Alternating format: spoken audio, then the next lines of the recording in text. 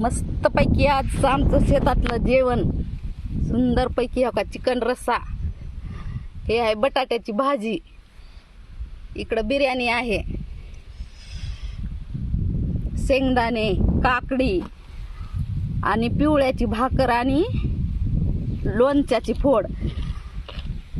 तर छानपैकी आपलं असं जेवण, या जेवण करायला.